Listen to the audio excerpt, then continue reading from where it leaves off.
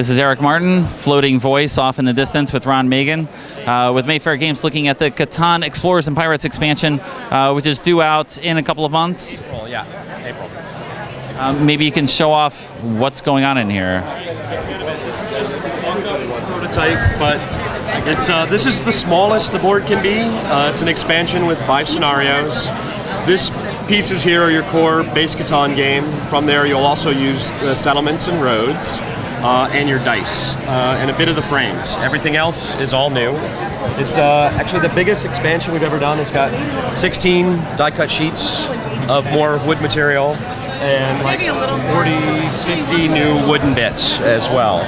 So new wood things we have, a ship that we'll use to move things around, a settler that can settle places. I don't know if you've played Settlers America, but similar to the settler in that game. We have these, no, these are actually settlement harbors, harbor settlements. You put them on the coastline, and in those harbor settlements you can create settlers. You can also create units, and units are used for different things. Sometimes they're merchants working on Spice Islands, sometimes they're pirate hunters fighting pirates, sometimes they are used for a few other bits. We also have spice sacks. Spice sacks are made on Spice Islands, and then we have fish, and fish appear on fish shoals. So it's an exploration game. At the beginning of the game, all of these tiles here are face down, like these guys. And we have a stack of secret number tokens off to the side. As your ship arrives to new lands, if we point to an area, we take a look at the hex and see what's underneath. I've discovered some forests.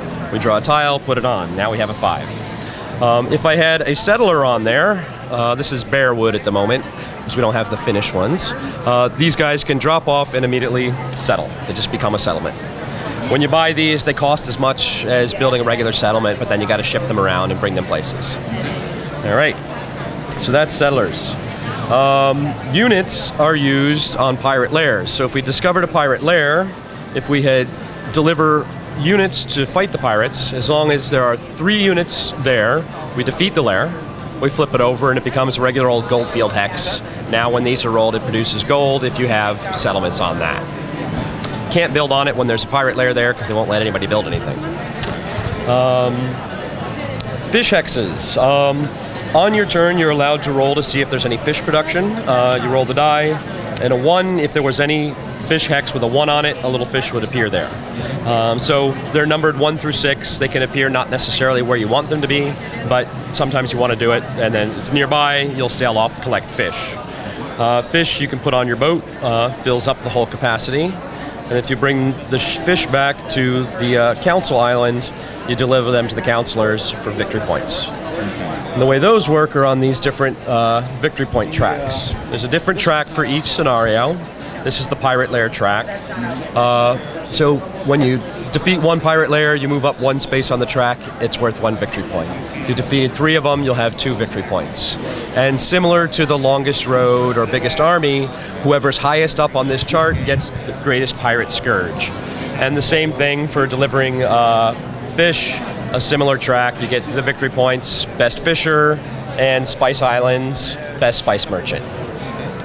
Now, are we still playing till 10, or we have variable goals based on goals, depending on how many of the scenarios you're leaving together. Originally, the first scenario is just exploration. No pirates, no fish, no spice.